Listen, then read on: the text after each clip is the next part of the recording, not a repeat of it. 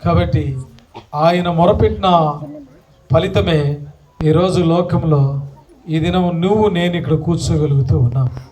ఆయన అంగీకరించడం ద్వారా, ప్రభువా నన్ను క్షమించు, నా పాపమును చేసినట్టుగా నేను మోసపోతూ వచ్చినాను, ఆదాము వలె ఆజ్ఞను మీరుతూ వచ్చినాను, ఆజ్ఞాతిక్రమణ ద్వారా మరి పాపము చేసిన దానిగా అవుతూ వచ్చినాను.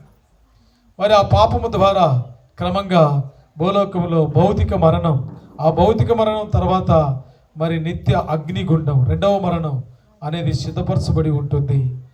కాబట్టి ప్రభువునందు ప్రియమైన ఆ స్నేహితుడా, సహోదరి, ఎవరైతే ఈ సందర్భంగా దేవుని వాక్యం వింటూ ఉన్నప్పుడు ఇంకా యేసు ప్రభువు నమ్మకపోతే అటువంటి వారు ఈ కూడిక సందర్భంగా ప్రభువుని అంగీకరించాలి.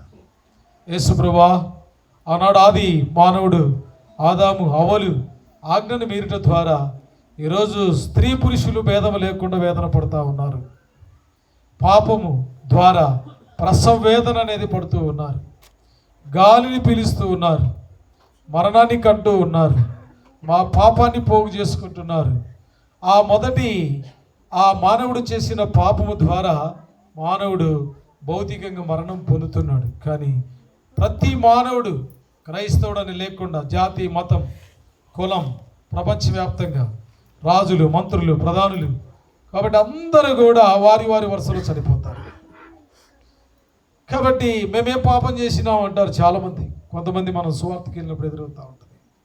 అప్పుడు మనకు ఇచ్చే ఆన్సర్ ఒక్కటే, నువ్వు చచ్చిపోతున్నావా, నిరంతరం బతుకుతున్నావా? చచ్చిపోతున్నావు కాబట్టి ఏముంది నీలో? పాపం ఉంది, జన్మతః పాపం ఉంది. కాబట్టి ఆ పాపానికి క్షమాపణ లేకపోతే